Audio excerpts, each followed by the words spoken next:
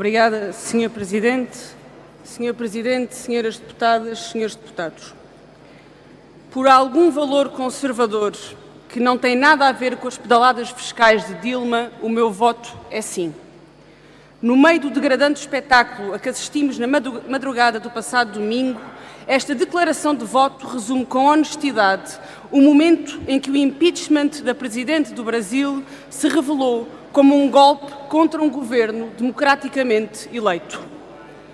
Na manhã seguinte, os títulos da imprensa internacional traduziram em ridículo a farsa de domingo. Deus e netos dos deputados derrubaram a Presidente do Brasil. Foi este o resumo feito pela maioria dos jornais, como o New York Times ou a Newsweek. Depois das declarações de voto de 367 deputados a favor do impeachment, já não é possível branquear aquilo que aconteceu.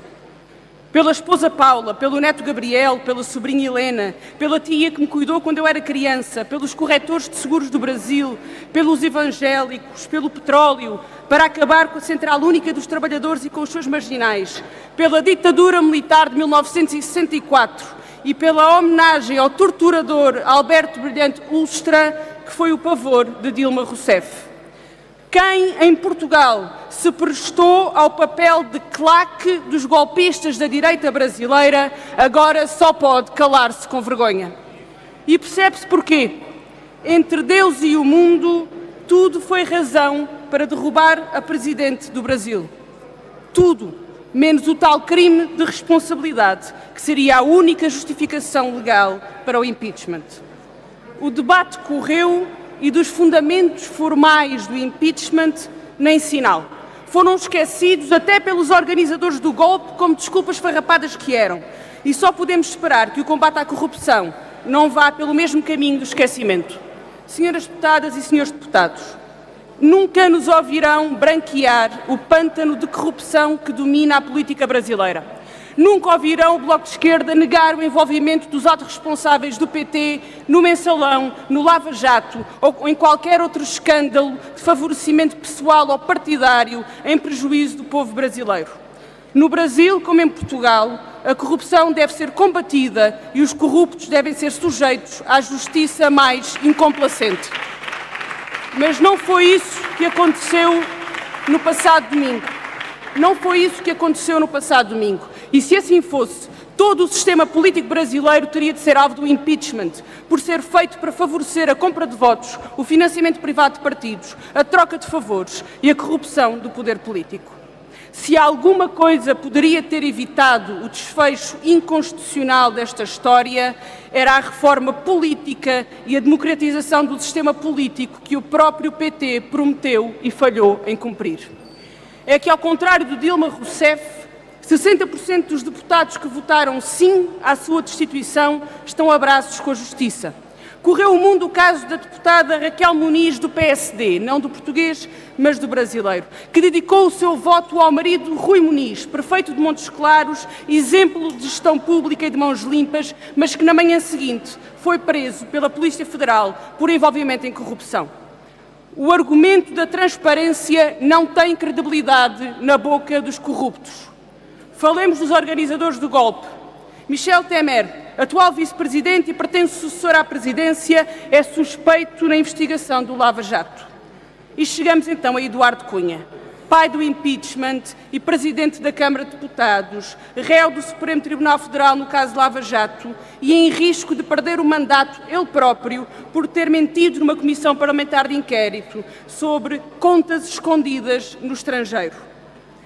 A verdade é que o processo de cassação do Presidente da Câmara, Eduardo Cunha, corre muito mais lento do que correu o processo de impeachment de Dilma Rousseff.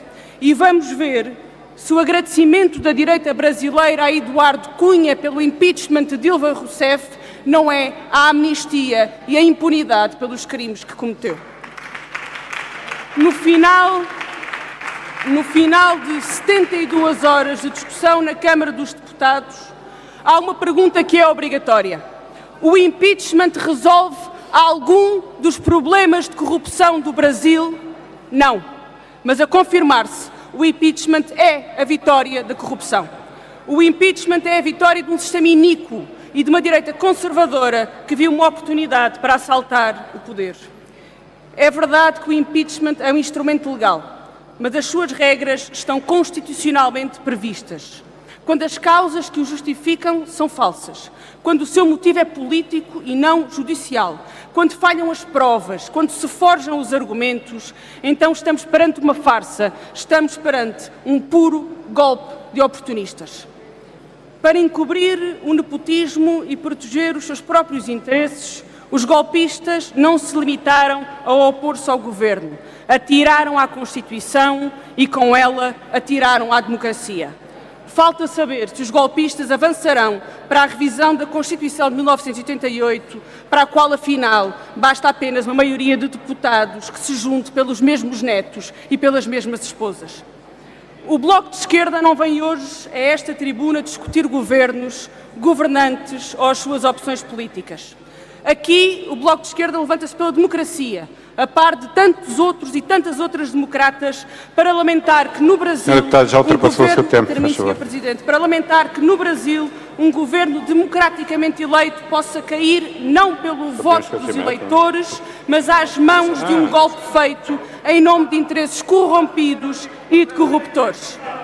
Aqueles que nos acusaram de ingerência por defendermos a democracia em Angola não tiveram pudores em defender o golpe no Brasil.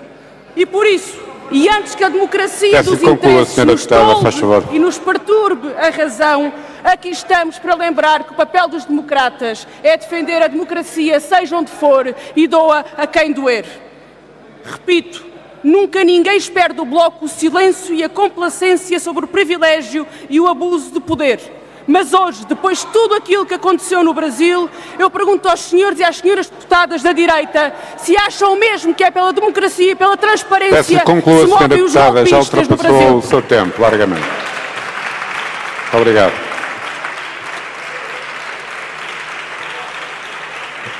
Senhora Deputada, tem